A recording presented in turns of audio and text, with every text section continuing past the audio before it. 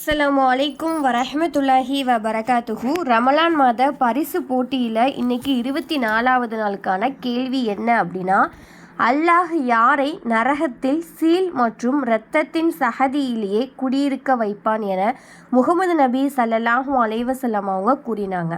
இதுதான் இன்றைய கேள்வி. இது பெண்களுக்காக நடத்தக்கூடிய பரிசு போட்டி.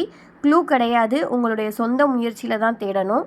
பதில் மட்டும்தான் அனுப்பணும். அப்படியே ஹதீஸ் அனுப்புனா பதில் ஏற்றுக்கப்படாது.